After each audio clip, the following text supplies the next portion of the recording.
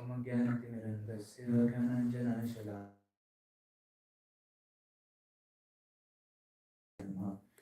ओम विष्णुपादाय कृष्णप्रेष्ठाय भूतले श्रीमते भक्तिवेदांत स्वामिनिति नामिने नमस्ते सारस्वते देवे गौरवाणी प्रचारिणे निर्विशेष शून्यवादी पाश्चात्य देशतारिणे जय श्री कृष्ण चैतन्य प्रभु नित्यानंद श्री अद्वैत गदाधर श्रीवासादि गौरभक्तवृंद हरे कृष्णा कृष्ण कृष्णा हरे हरे हरे राम राम राम हरे हरे मुखं करोति वाचालं पङ्गुं लङ्घयते गिरिं यत्कृपातमहं वन्दे श्रीगुरु दीनतारिणम् हरे Krishna. Thank you all for coming. So this is our third session of the Discover Yourself course, and this session is very important because this is a foundation of spiritual life where we will build upon, just like every subject is built upon some theory and books. So when we want to study maths, we have some books, standard books, English, science, everyone has standard books. So in every grade we take those standard books and those form the basis of that subject. So similarly, when it comes to spiritual life, the Vedas are considered the backbone or foundation of it. This is like the syllabus book. So unless we know about them, and unless not just knowing, but we have some reasonable faith, as we discussed last time, blind faith versus reasonable faith. Just like whenever we start any subject, um, when we take the book, so that book we have faith in that whatever is written in the book is correct, right? And that forms the basis. That's why we are able to spend time, we are able to work through it entire year. So similarly, in today's session we'll discuss about many of the indefeasible Vedic truths. I think I may not be able to complete the session in one go. Let's see. If not, I think the next part will continue. So there are many things that we will discuss in this session. There are some things that we are going to discuss: six blind men, three ways to gain knowledge, four defects, and scientific research, and how Vedas offer complete and perfect knowledge. So let's start with one story. So once there were six young, intelligent men, and these six men, they set up a laboratory. That was a laboratory of forest, and the experiment that they wanted to do was to understand how an elephant looks like. So very easy setup. So the setup is of laboratory. The lab is the forest, and the aim of the experiment is to know how an elephant looks like. But there was one problem. So these six men were blind by birth. So now there are six blind men who are in the forest trying to understand how an elephant looks like. So here are the six men. They are touching different parts of the body of the elephant. The first one, he is touching the teeth. He is saying the elephant is like a sharp arrow. And the person, so this who is touching the trunk of the elephant is saying that the elephant is like snake. Other one is saying no, elephant is like a rope. This fellow is saying elephant is like an axe. This one is no, elephant is like a ball. This is an elephant like arrow. This is an elephant is like a bark of the tree, trunk of the tree. So now a question to you. So each of them published their research that elephant looks like this. One person said elephant looks like a bark of tree. Other person said elephant looks like a rope. The third one said elephant looks like arrow. Now they published their research. So is this finding correct? What do you feel? Yeah. Yes. Yes. Since we know how elephant looks like, I would say it's not correct. But they were blind, so according to them, that was the word. Yes, that's true. That's, I think you are saying and you're saying same thing. So this is correct, but it's not complete. Correct. Now there is difference. Whatever they knew about it, they published that. So that is correct, but that is not complete. So how do you think that they can gain complete and perfect knowledge about the elephant? And this is today's discussion. So we'll answer this at the end of session. So whenever it comes to gaining knowledge, it is called science or epistemology. That all the ways of gaining knowledge, they can be divided into three. Any knowledge that we gain in this world, that can be divided into three parts. One is pratyaksha praman, which is, this is a Sanskrit word, but we'll go in depth of what it means. So pratyaksha praman is direct sense perception. Anuman praman is theories based on observation. It is the theories that we form, guesswork. And then Shabda Praman. Shabda Praman is hearing from bona fide authority. So these are the three ways of gaining knowledge.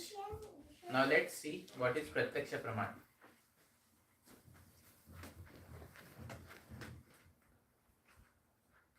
So Pratyaksha Praman means direct sense perception.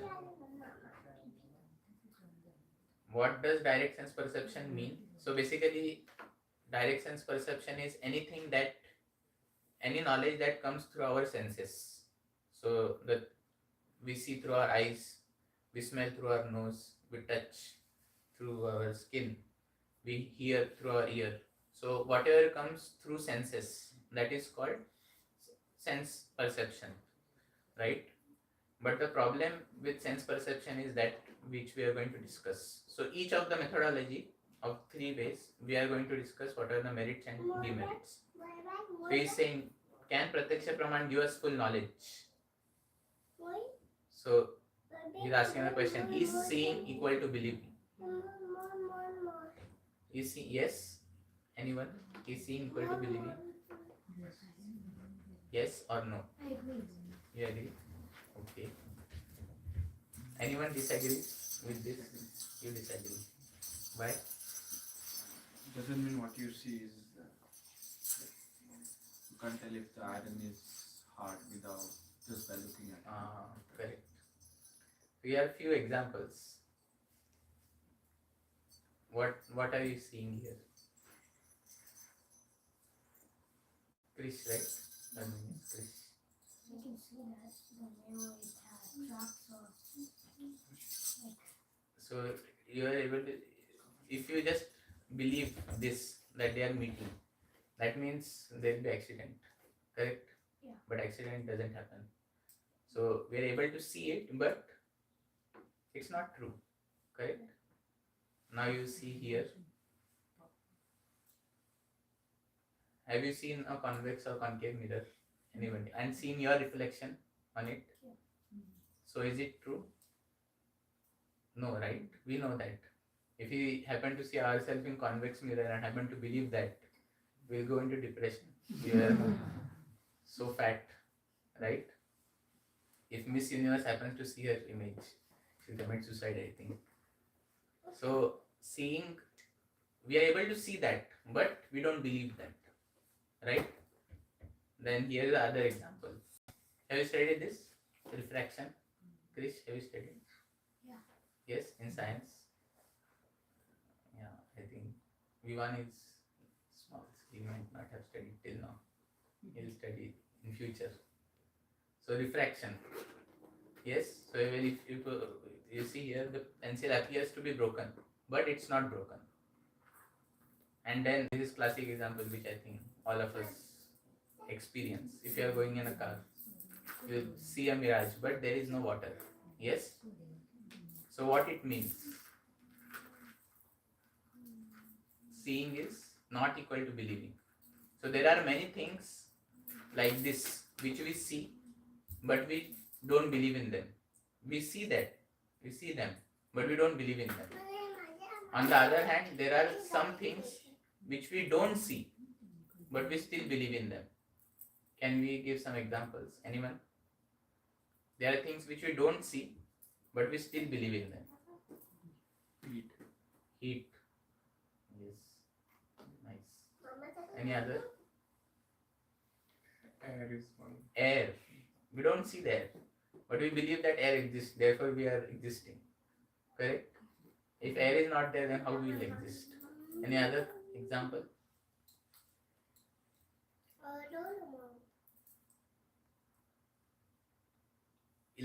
Electrons. Correct. Now we don't see it, but we believe that it exists because there is light. Virus. Many historical personalities. How many have seen Gandhi? But no one has seen, but we believe that such personality existed. Everyone wants to say God. God, perfect. That's where I am coming. I was going to come. He answered it earlier. So there are many things which we don't see, but we still believe in them. Correct? And there are many things which we see, but we don't believe in them. Isn't it a apparent contradiction? Right? So what it means is, seeing is not equal to believing, and we cannot acquire complete knowledge using our material senses. So this is for eyes, but it is true for all other objects also. I'll give example for other senses. So basically what I am coming to is direct sense perception. It's not complete way of gaining knowledge. Why? Because there is defect in that. Just like eyes, so this is one sense object, eyes.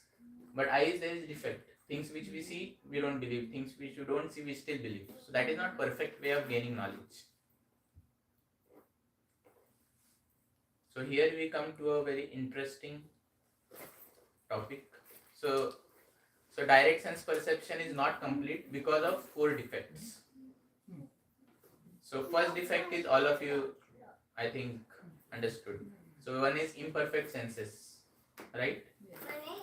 So imperfect senses, eyes, nose, ear, everyone has its defect. The second is tendency to get illusion, which will come through. Third is tendency to commit mistakes. And fourth is cheating propensity. So let's see. I think elaborating on the eye. Now let's go to some science.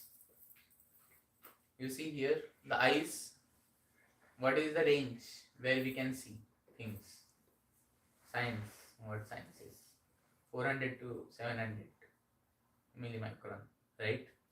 So if this is the entire belt in which we can see this belt, but we can only see within this small fraction in this entire spectrum. Can you imagine? So we can see only in this small belt. Outside this small belt, we are blind. Many things we don't see actually. So our eyes are blind outside the range of 400. So that means what? Our eyes are imperfect, right? And that's what many examples. Air, electrons. Why? Because eyes are imperfect. Because eyes cannot see in that dimension, right?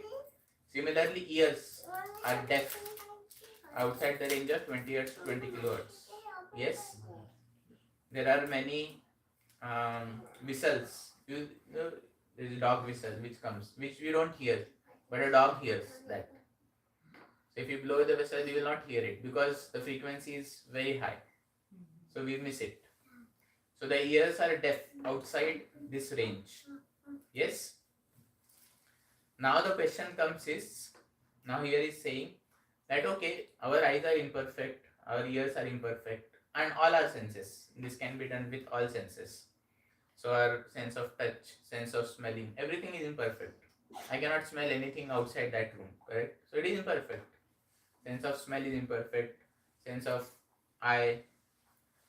And the thing is that all the knowledge based on science, what we get is through the senses, right? So now here is saying that okay, if senses have limitation, I can use instruments to get knowledge.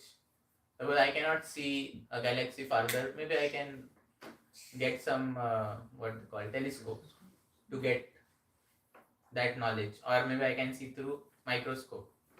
right? Anyone can say what is the limitation in that? Maybe senses are imperfect, but we can design instruments to get us perfect knowledge. Any limitation in this? How do we know that is perfect though? Yes. How do we know that the instruments are perfect? So here, that's a very good answer. First of all, how do we know that the instruments are imperfect? So here is Nobel Prize winning physicist Eugene Wigner. He is pointing out with one example. It applies to all. So he is saying that even if you photograph stars, eventually we have to take in by our senses what the photo shows. Right? Even if we make the instrument, but the knowledge has to go through this eye only, right? Furthermore, without our senses, we cannot handle our camera. The instruments are also handled by our senses only. The photograph that we are getting, that is also coming through our senses only.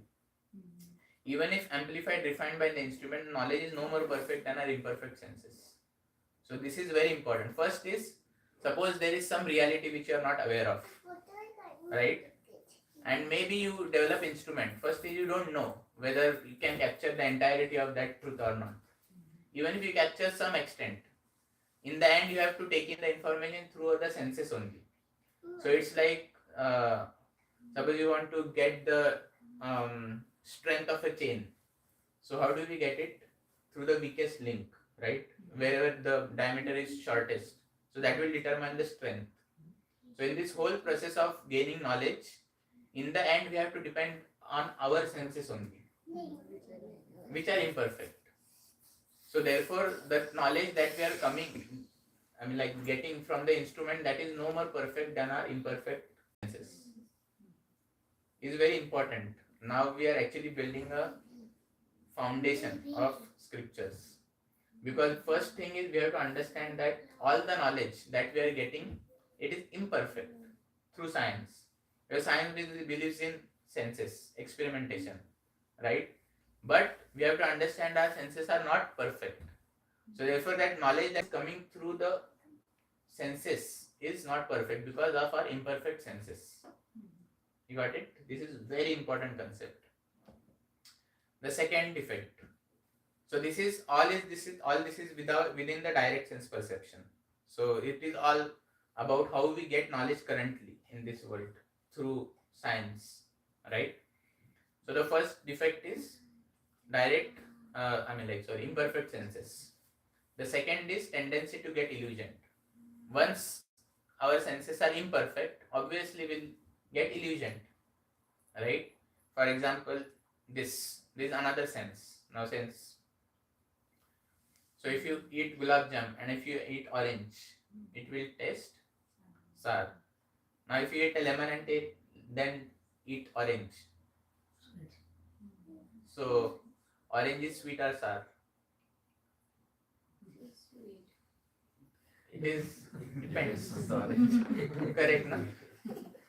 It depends. Similarly, here if you touch hot water and then touch normal water, it will be cool. If you touch cold water and touch normal water, it will be warm. So the water is warm or hot? Warm or cool, right?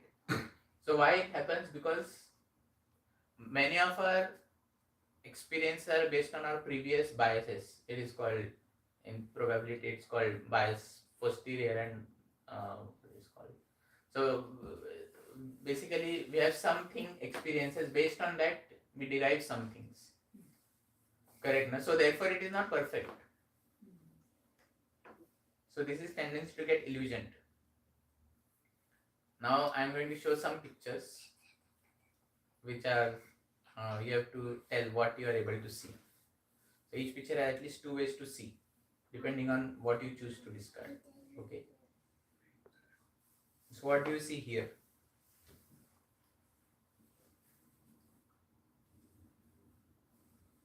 How many of you are seeing a young lady? First young lady, now old lady. Oh, how many of you are able to see old lady also? Now I can see the image. How many of you are able to see both? Or how many of you are just able to see one? Many of you are still able to see just one. Okay, it is either old lady or young lady. Young lady. You are able to see young Because lady. I can see only one. Oh. I can see young lady. You can see young lady. I see both. Both. Both actually. You both. Yeah, young lady. Oh, now I can see both. You can see both. For those, everyone is able to see the young lady. Yeah. Okay, so I'll show the old lady. So this is the old lady. This is her lips. This is her nose. This is her chin. You can also show. These are the eyes. Can you see the old lady now? Yes. See, this is the lips. This is the chin. This is the nose. This is the eyes. Able to see? No. You just focus on the old lady. Then only you able to see the old lady. So these are the eyes. These are the lips. This is the chin. This is the nose. Can you see the old lady now? Yes? Everyone is able to see both now? I cannot. You cannot see? Yeah, maybe again. So these are the lips. This is the chin, this part. This is the nose. Nose is big. This big nose. Okay. And these are the eyes. Oh, okay. I know this is again. So, yeah. What else? These are our hairs. Yeah, I figured. If you focus just on the old lady, you'll be able to see old lady. If you focus on young lady, you'll be able to see young lady. So, this figure is example of contextual vision. Whatever you focus on, you'll be able to see that. And you'll not be able to see other thing. Now, why I'm mentioning here? Because to know that how our senses are imperfect and they have tendency to get illusioned. So in history of this world, there were some group of scientists, they were saying that light is a particle. Other were saying light is a wave. So one was saying light is old lady, other was saying light is young lady. Yes? And then later they understood that light is both. So this is an example how in actual science field it relates to. Correct? So for a long time people believed that light is just a wave. And then later they also understood that no, light is also a particle. And sometimes light behaves as wave and sometimes light behaves as particle. Correct? So this can happen in science. When suppose we are trying to get some data, maybe we'll just focus on one thing but we miss out other thing. Because we never focused on that. So this is tendency to get illusion. And therefore science also makes mistakes in research. Okay, what you're able to see? Yes? We want this. Triangle. Triangle, we are able to see triangle. I see two. I can see like three looking Pac-Man things. Three Pac-Man things. And a triangle. I can see both. Yes? But there is no triangle. There is no triangle here. Yeah. This is an example of imaginative vision. Where you just imagine things which are not there. Correct? So it may happen when we get data and we just imagine things based on our previous experience, biases. Because we have seen triangles, so we immediately say, oh, this is triangle. But triangle doesn't exist at all. I see an arrow. So you can see a arrow. That also doesn't exist.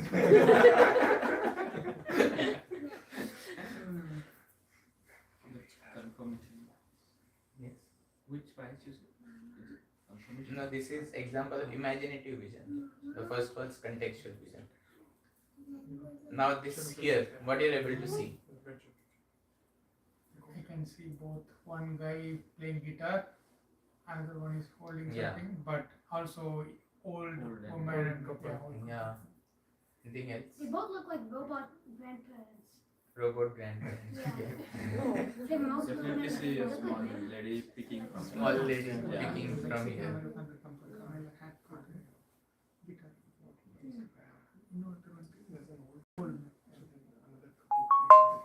ways here. So is an example where there are many other things which maybe we might miss. There is an example where there are multiple realities, correct? And there may be 100 things, but we may be just able to get maybe 80 things out of it, correct? This is very common in science. Whenever trying to get some results, there may be multiple things, but you may just capture few things out of it. Similarly here, there are some illusions, actually illusions. Able to see it moving? Yes? Yeah. Now if you see here, the circles appear to move. Nothing is moving here. Right. But it appears to be moving because our senses are imperfect. Eyes are imperfect and they get illusion. So imperfect senses, first is imperfect senses. Because of imperfect senses, there is tendency to get illusion, right? So we are still within the first way of gaining knowledge, which is direct sense perception, and we are trying to see what are the demerits of it. The first demerit is direct sense perception, but the problem is imperfect senses. Second defect is tendency to get illusion. Yeah. So all our senses have tendency to get illusion. Now third, because of getting illusion, the natural consequence of that is we commit mistakes, right? So imperfect senses, tendency to get illusion and tendency to commit mistakes. And this is very common in science. The brain was initially thought as an organ to cool the blood. Pituitary glands were just used as vesicles, tissue in the human body. The value of Hubble constant has been changed, not 3 actually, changed actually dozen of times. So Hubble constant is just like G is a constant 9 point. So Hubble constant is like a scale to measure cosmic measurements, like a meter, kind of 1 meter, just like 1 Hubble constant, like that. So tendency to commit mistakes, that is the immediate consequence of tendency to get illusion. And the fourth is, once we commit mistakes, we try to hide the mistakes. So cheating propensity. So that is the immediate fourth thing. So can anybody repeat what is the first? All four. First, imperfect senses, tendency to get illusion, commit mistakes, cheating propensity. Do you ever understand the link? And science, there is lot of cheating in science. So here we will see one video, I think.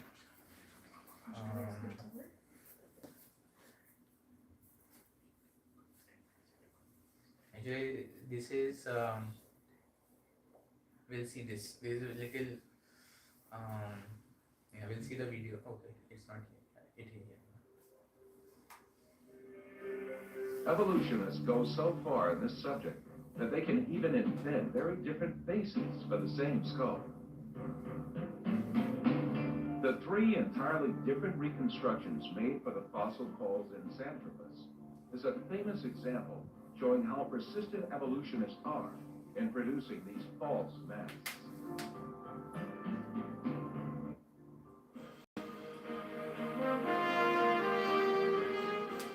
Another intermediate transitional form fabricated by evolutionists was the Nebraska man. This was cooked up in 1922 on the basis of a single fossil tooth. The evolutionists did not neglect to give it an ostentatious Latin name, Hesperopithecus paralcuca, or to make imaginary drawings related to it. It was soon revealed that the tooth that had been the source of inspiration for Nebraska man in fact belonged to a wild pig. Many other fossil skulls have been presented as great evidence for evolution, failed one by one. Neanderthal man was advanced as evidence in 1856, dismissed in 1960. Piltdown man was advanced as evidence in 1912, dismissed in 1953.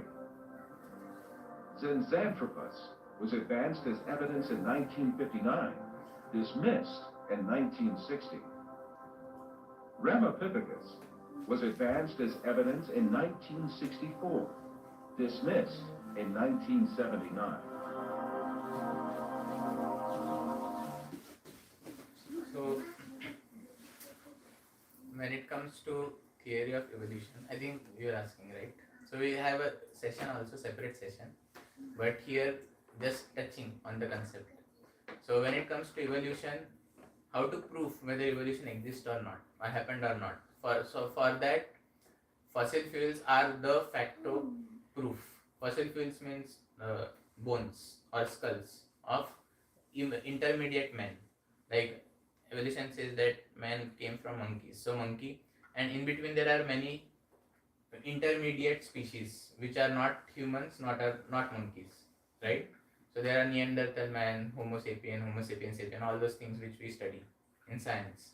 So in order to prove that actually Neanderthal man exists, they wanted some proof of it. Science based on proof, because evolution is a theory. Again, it's not a proved phenomena.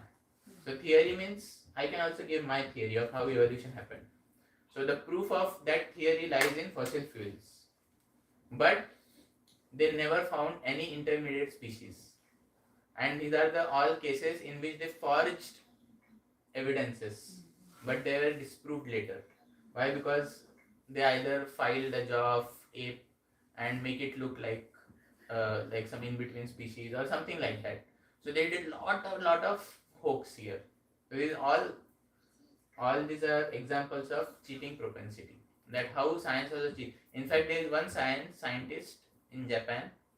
He was one of the top 10 scientists in his field, and he published a paper which was like mind blowing to everyone. And if you publish a paper, then obviously other will try to implement it. So when they tried to implement, no one was able to repeat what he actually published. And later they understood that actually all this, that publication was hoax. It was never proven, but he just published it.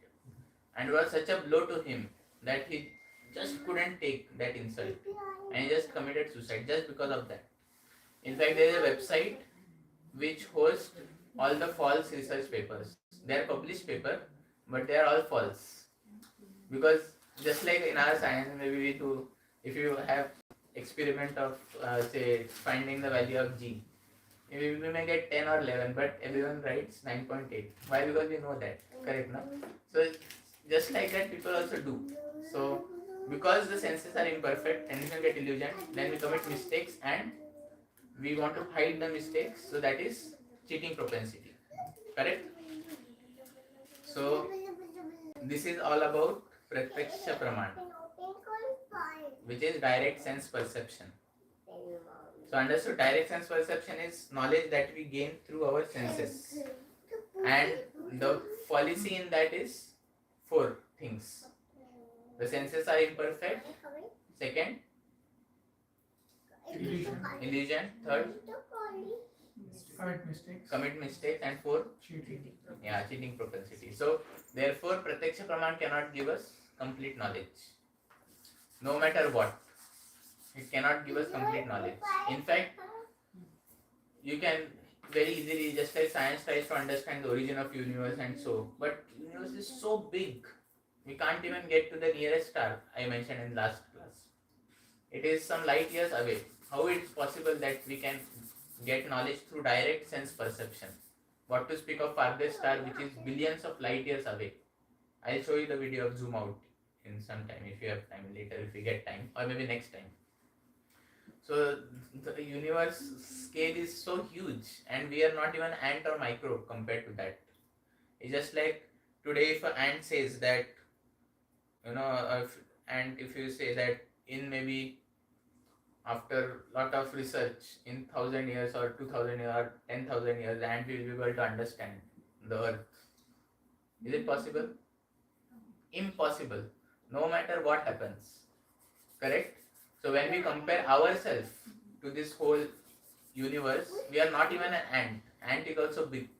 Earth is also not even like an ant. So Earth itself is like a dot. So what to speak of the entire universe? How can we get knowledge through direct sense perception? Correct? So there are many dimensions which are just unknown to us, which are not even aware of. What to speak of making instrument to measure them. Correct? So that that is Pratyaksha Praman. I think we'll just cover two, maybe, or maybe if you have time, let's see. We'll cover Shabda Praman also. So the second is Anuman Praman. So Anuman Praman is theories. All these theories. Theory of evolution, theory of origin, and all this. So it is based on the observation we make some guesswork, and that forms Anuman or theories. Perhaps it may have been like this, or perhaps it was like that. Coming back to theory of evolution, let's see what Darwin is saying in the Origin of Species book. So this is a original letter which Darwin wrote to A.R. Wallace in 1857. Can anybody read this? I am a firm believer that without speculations there is no good and original observation. After 5 years' work, I allowed myself to speculate on the subject and drew up some short notes. These I enlarged in 1844 into a sketch of conclusions, which seemed to me probable. Yeah, this is the basis of theory of evolution. So in the Origin of Species book, which is the Bible for theory of evolution. So he is saying that I actually allowed myself to do it. It may not be true, but I just allowed myself to speculate. So now, as I was mentioning, record of rocks. People say the man came from monkeys. So here, if you go, so ideally it should be very clear distinction that here there are humans. If you go down, here you will see Neanderthal man, whatever evolution theory says, and then here you will see just monkeys. But the problem is, along with monkeys, you also see humans everywhere. No matter how deep you go, you see still humans. So that means what? You have to understand, because age, according age of this thing. If you go down, that means it is the oldest fossil fuel. But still you see humans there. Isn't it interesting? So basically they don't have any proof of intermediate species, because every time there is monkey, there is human also. And therefore it is a theory which is not proved, and many of the scientists don't believe in that. Unfortunately, I don't know why still in our science books we are taught it. So the Vedic viewpoint is not that. The Vedic viewpoint is that man didn't come from monkeys. So our ancestors are not monkeys. Can you believe? Go up. Great. We are coming from monkeys. Such a glorious descendant.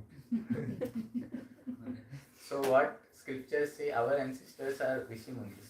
There is Gotra. Everyone has that. Yes. So from Brahma, all these Rishi munis came, and from them actually the progenation happens. There is a whole chapter in Bhagavatam how the first woman were created by Brahma, and from there down. They are called Manus. From Brahma there is.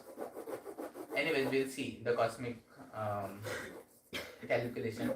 So in each one day of Brahma there are 14 Manus who rule, and each Manu has this thing. So this is the whole Yuga cycle is divided into 14 Manvantaras. Currently we are in the 7th Manvantara of Chakshusha Manu. So that is what science is. Correct? Bhagavad used to say that if science says that we have come from monkeys, so Prabhupada used to say that you may have come from monkeys, we have not come from monkeys. We have a very glorious descendant. Correct? Our great grandfather and father is not monkey. So, and that is true because theory of evolution has no scientific proof. In fact, if you research, there are many scientists who are against it, but it actually you have to, because it's a huge propaganda. If you speak something against it, Yeah. you will not be spared by scientists. It is yeah, there is a lot of things. जैसे mafia होते हैं, if you speak something, you'll be so so why I'm saying this is because this is Anuman Praman. Now let's come to another word. Let's see how we are able to believe in theory of evolution. What is it? So what is our Darwin saying of how there is evolution of whale? Anyone can read this? How the bear evolved into No, monstrous. very interesting thing. You read this. Okay. In North America, the black bear was seen swimming for hours with wide open mouth, thus catching like a whale insects in water.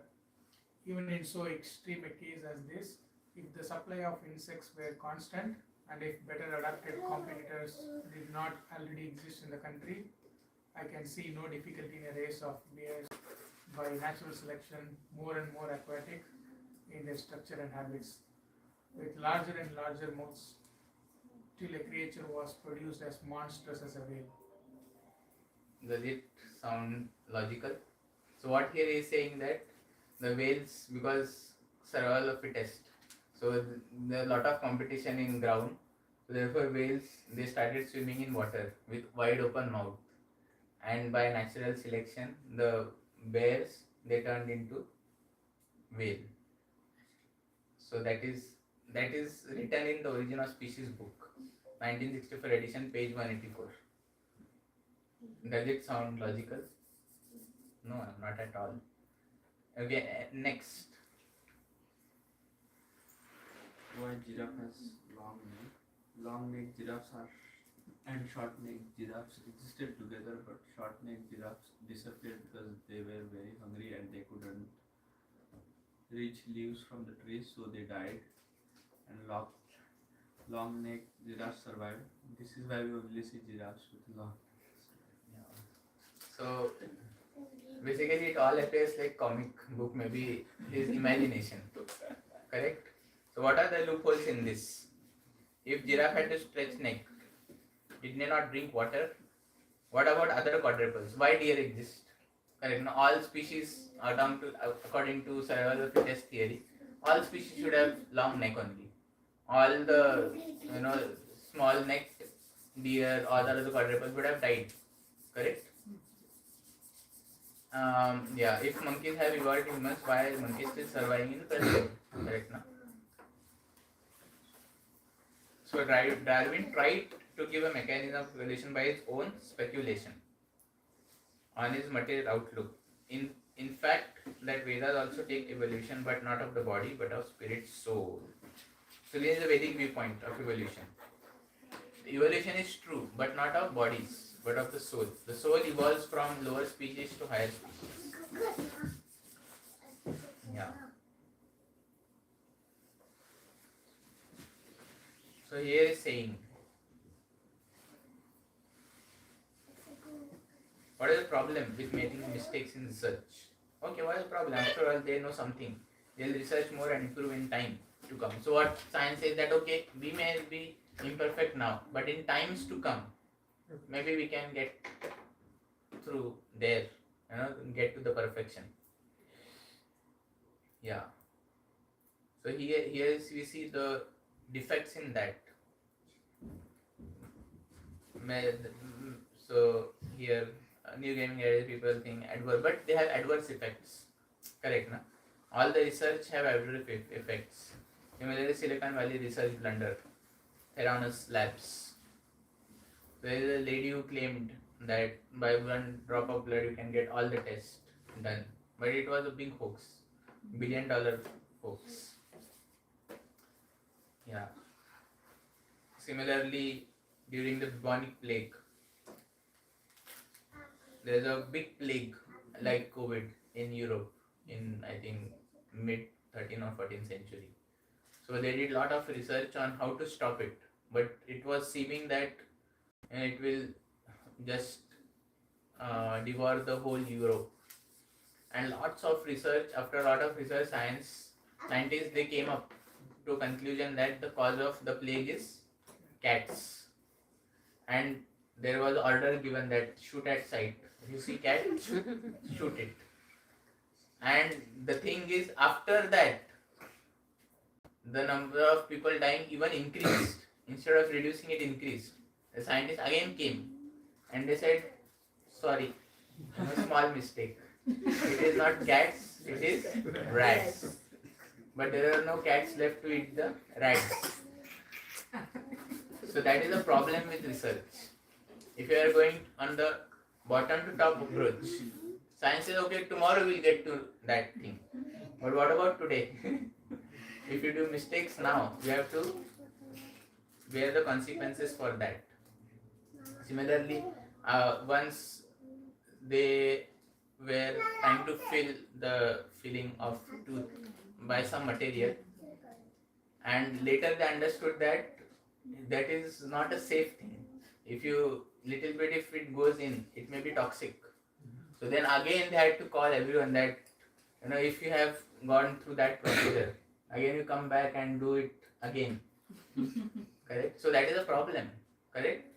Because if you go from bottom to top approach, it's problem. Because science cannot perfect. So therefore half knowledge is dangerous. So many times. How the products are recalled today. Yes. Yeah. Just like cars, sometimes they recall it. Right? In fact, Prahlad Maharaj in 7th canto he says that when we try to find solution to problem, sometimes the solution of the problem becomes the bigger problem than the original problem. You are getting it? Sometimes the solution of the problem, what we started with, that becomes a bigger problem than the original problem. Anyone has an example for this? Vaccine. Vaccine. Okay. Anything else? I can give some examples. When they started with green revolution, the problem was production of crops was less. That was not actually a problem, but they wanted to make money. So they started with that. Then all the fertilizers, insecticides, pesticides, and there was a boom in production of the crops. But later, what happened is all these pesticides, insecticides, they started seeping in water, groundwater, and people were drinking the same water. So now it started with this, ended up with people getting cancer. So started with small problems, made a solution, but the solution happened to be a bigger problem than the original problem. So if you see now also in India, I think in Punjab region, because it was the place of that, giving revolution, many farmers, a lot of people getting cancers because of insecticides, pesticides. Similarly, there are many things like this where solution to one problem becomes a bigger problem. Correct? So half knowledge is dangerous. We need absolute knowledge. He is saying that key to happiness is complete knowledge. But we can never obtain complete knowledge by pratyaksha and anuman. So if the reality is this much truth, we can only maybe pratyaksha praman can see this much. And then we make some conclusion, it even reduces. So how can we actually get? Just like people see, like we are saying, how can we see God? But we just believe in pratyaksha praman and anuman praman. We can't get through that. Correct? So many times people say that, oh, I don't believe in God because I don't see God. But seeing is not equal to believing. Correct? Now why do we put so much focus on that? Now if I say that, oh, I don't believe in Trump, Mr. Donald Trump, but I have not seen him. So will Trump come and say that, my dear sir, I am here, please believe in me. Will he do that? No. Because who am I? Correct, no? If I say that I don't believe in God, is God going to come in front of you and give you sakshat darshan and saying that, my dear son, here I am, please believe in me? No, correct? He is a very big person. Donald Trump is a very big person. He will not come to you and say that, you want to prove that, oh, actually I exist, here I am, correct? So God is not a Tom, Dick and Harry who can come and say that, oh, here I am, if you don't believe in me, here I am standing, right? So there is a process. If you want to meet with the president or prime minister, there is a process. You have to qualify yourself to see that. That person is not a very important person. Similarly, if you want to see God, there is a process of how we can approach God, right? And that process is through the third way of gaining knowledge. There is a process. You cannot just see, barge in and see. Just like you want to come to US, you just can't take a flight and come to any of the airports. If you just come, you will be sent back. There is a process to enter, correct? So there is a process to see God. That is very important. If you just barge in, if you just say that, oh, I want to see God through my senses, direct sense perception, or maybe some imagination, anuman, pramana, so you won't be able to see. There is a process of seeing God. Just like, I was saying a very nice example, just like suppose your car gets, it's not just seeing actually, it is much more than that. Just like if your car is maybe broken down and you open the bonnet of your car, so you're just trying to wonder, so what is, where it actually, there's a problem, correct? And you're not able to see, you're seeing it, but you're not able to see the problem. But if you call a mechanic, immediately within 30 seconds he can say, tell the problem, oh, this is a problem here, he'll do something and that's it. Now you are also able to see the same thing. The mechanic is also able to see the same thing. It is same thing, same bonnet, same all wires, everything. But what is the difference? He is knowledgeable. He is qualified to see that. Correct, na? He is qualified to see that thing. You are not qualified. So you may be seeing, but it is called paschanapina pashyati. Seeing but not seeing. You are seeing, but you are not seeing. The mechanic, why he is able to see? Because he has gone through the process. He has gone through the process of how to see that thing. Then only he is able to see it. Correct? He may have done it may take years of experience for him to see that thing, which is actually there in front of your eyes. But you are not able to see. Why? Because you are not qualified to see. You have never done that hard work of seeing. Right? So similarly, the scriptures say that God is there, but you are not qualified to see Him at the present moment. People say, no, God is everywhere, God is omnipresent, God is omnipotent. It's true. But are you qualified to see? Do you actually have the eyes to see God? There is a process. There is a process to see God. Therefore, Dhyanavastita tadgatena manasa pashyanti yam yogina yaschantam na sura suragana devaya tasmai nama. So he is saying that Dhyanavastita tadgatena manasa pashyanti. The yogis can see God. Pashyanti yam yogina yaschantam na sura asuragana. But even the devatas and the asuras, yaschantam na vidu, they don't know about him. They can't see him. They can't experience him. Why? Devaya tasmai nama. That's what he's praying. You are there, but we are not able to see you. Right? So the process of seeing knowledge, like seeing God, that is the process that we'll see maybe next time. So that is Shabda Praman. That is through Vedas. So he is saying here, we'll end with this. I think I gave this example last time. So here he is saying that it's dangerous to operate a machine with half knowledge. Similarly, it is dangerous to manipulate the universal cosmic machine without knowing about it. So you can see this.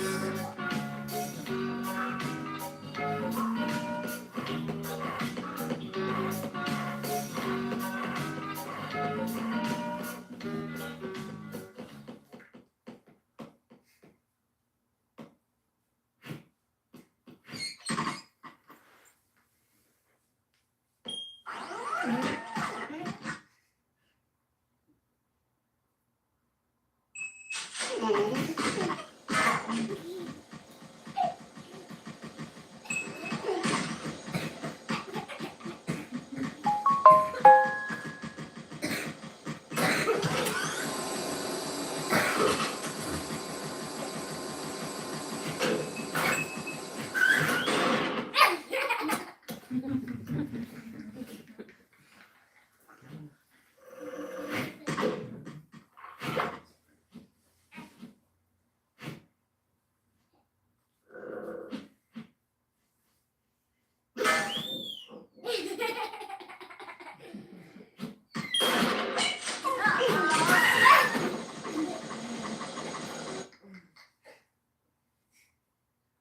what is the moral of this? Yeah. So basically, as I was saying last time, there's a way, just like any this machine. It came with a manual of how to operate, but unfortunately, this the whatever person, he didn't read the manual, and he was just trying to figure out things on his own, and led to such a mess. Correct. Similarly, when we want to understand things in this universe, cosmos, so one way is you can experiment like this through direct sense perception and anuman. So pratyaksha pramana and anuman pramana, which maybe you will be able to understand in future. But an intelligent approach would be to just read the manual, right? So similarly, how to know God, how to see God, how to know about this universe, this creation, all these questions. Science actually started with that, you know, in 18th, 17th century. Science started with the question of it. Actually, now science and spirituality are seen as two different things. But earlier, the thing with science started was to understand all these things, and now also people try to understand what is the origin of. Origin means what? Actually, it's very spiritual question. From where everything emanated. So the first aphorism of not first but second first verse of Bhagavatam, it says that Vaisa, that means from whom everything emanates is God. That's one of the definition of God. So they're trying to understand from what is the origin of this universe, from where everything began. So it's science. Science trying to understand this question. But the problem is with direct sense perception and so pratyaksha and anuman praman, that cannot lead us to the right direction. Not now, not after thousands of years also. Prabhupada used to say that don't give post-dated check of tomorrow we'll do this. Give something today.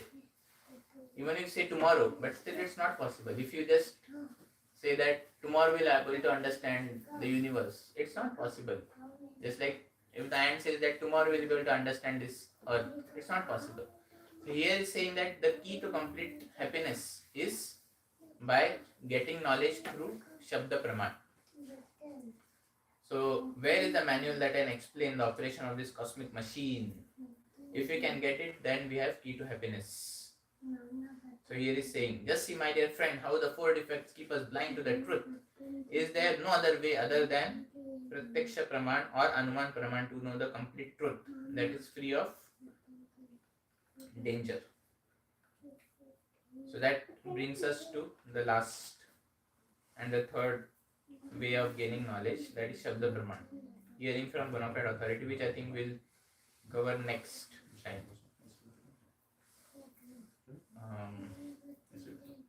Just a bit. Krishna says to Arjuna, Evam parampara praptam imam rajyashayo vidhu sakalena mahata yogo nashto parantapa. So anyway, so that we'll see next. So what we did today is we built a base for scriptures. Why? Because people, if you just say that scriptures or Vedas, people say it's not scientific. It's not, bona fide or how to put faith. But the thing is, the knowledge that we are getting currently, that is also not perfect. That is imperfect knowledge. Science is bottom to top approach. Vedas are top to down approach. So bottom to top approach means it will take a lot of time and lot of mistakes it evolves, then we may sometimes be able to get perfect knowledge. But when we say scriptures is already is perfect, that we'll see why in the next session, and then we get the knowledge. So I think we'll end here. And does anyone has any question? I think I also have some quiz in the end. But if anyone has any comments, questions, or corrections. Okay, so we'll end.